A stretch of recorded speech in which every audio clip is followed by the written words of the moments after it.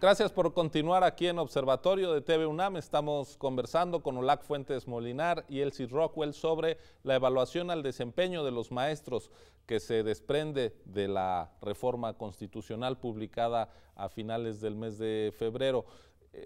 Ustedes nos han explicado cómo la evaluación en algunos lugares, en México, pero también en Estados Unidos, y puede haber otros casos, ha dado pie a prácticas incluso corruptas de simulación que no están ayudando a mejorar la calidad de la educación.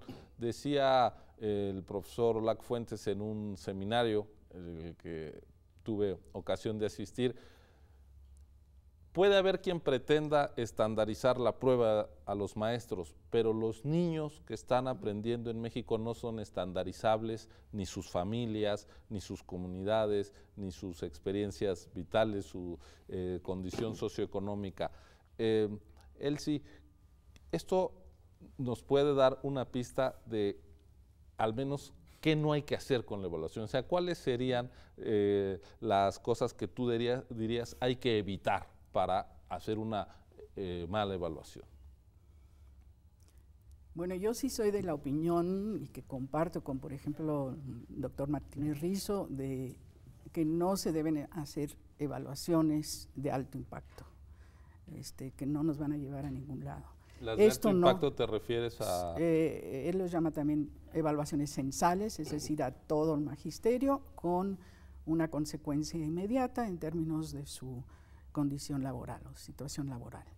Que puede ser la que esté en el imaginario colectivo. Por supuesto que esta es la que más se maneja, ¿no? No quieren someterse a un examen, porque no, etcétera, etcétera. Okay. O sea, simplemente porque lo que necesita saber hacer un buen maestro no se puede meter en opciones múltiples. O sea, es un consenso cada vez mayor.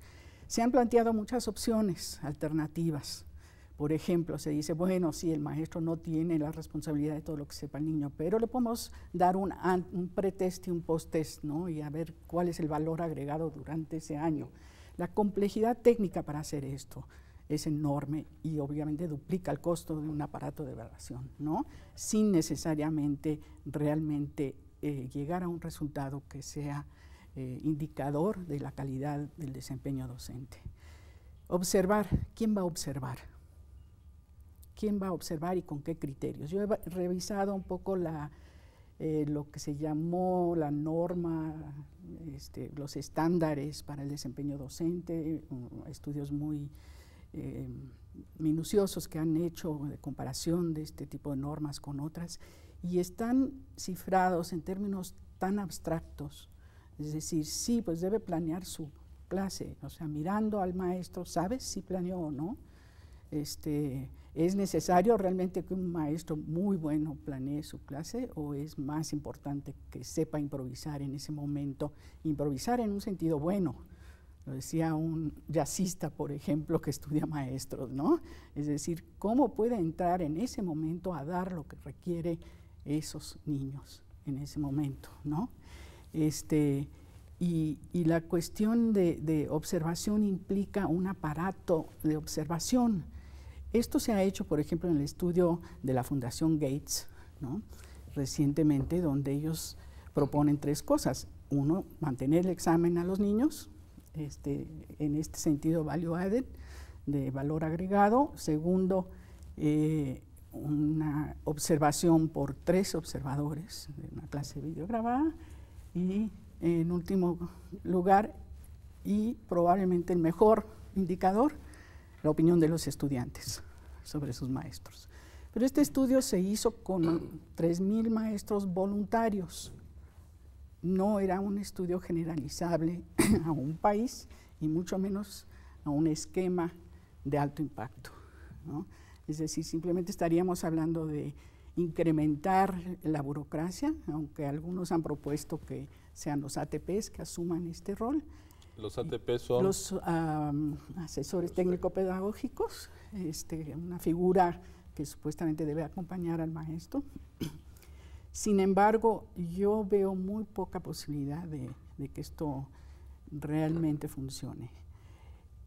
Si hay alternativas, y creo que sí podemos pensar en ellas, tendrían que ser muy cercanas a la escuela, cercanas a la zona escolar, con participación de todos los implicados, quiero decir, autoridades, directores, maestros, ATPs obviamente, pero también padres y estudiantes en la medida de lo posible, y con la intención de hacer algo con los resultados de esa evaluación, de hacer algo en términos de formación, en términos de condiciones de trabajo, en términos de materiales, en términos de participación social, etcétera.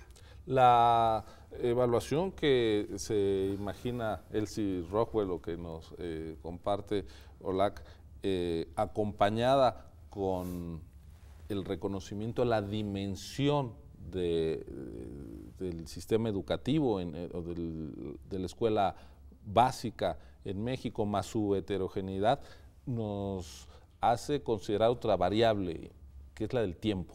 Sí, sin duda. Sin duda.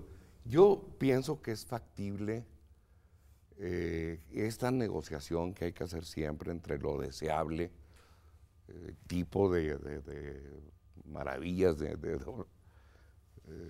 la etnografía educativa, no se puede hacer con 1.2 millones de maestros. ¿Cuánto nos podemos acercar a estas realidades?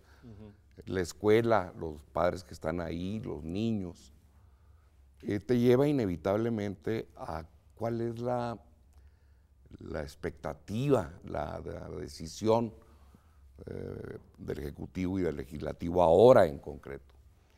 Yo digo que sería muy saludable que en todo caso se tenga una perspectiva larga. A este gobierno le queda todo su sexenio para efectos educativos. Y se supone que el INE, el Instituto de Evaluación, es un elemento de continuidad. Yo creo que esa debe ser la perspectiva que hay que adoptar, probar un sistema múltiple, efectivamente, en el cual es absolutamente indispensable una cierta medida de mirada a la escuela y al maestro. Insisto en esto que dice Elsie, si los maestros son los sujetos cuyo desempeño podemos ver, pero veámoslos a todos los que están en una escuela. Avancemos con esa estrategia. Yo insisto, la idea de las prisas, estas fantasías, porque ellos son, de vamos a ponerles una calificación a todos en este año o en 2 años, pues a lo mejor se pueden hacer, de hecho lo hemos hecho sin ningún resultado, creando inseguridad, corrupción mayor en el sistema sin obtener nada. Hagámoslo despacio y lo importante es lo que sigue.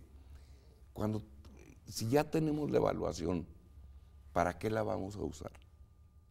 Y yo creo que la vía es, si es cierto que hay 3 grandes grupos o 4 de maestros, ¿cómo le hacemos para usar esto para que más maestros sean buenos? No solo a partir de la evaluación, sino a partir de las otras modificaciones que yo mencioné. Bueno, no lo estorbemos constantemente para que asegure que el aprendizaje de la lectura va a ser bueno, ¿no? ¿Cómo hacemos para que la evaluación nos ayude a tener mejores maestros? Déjenme hacer una pausa para regresar a nuestro bloque de conclusiones con este pie que nos ha dejado tu última reflexión, OLAC. Continúe con nosotros, ya lo ve, estamos hablando de la evaluación al desempeño de nuestros maestros con Elsie Rockwell y OLAC Fuentes Molinar. Continuamos.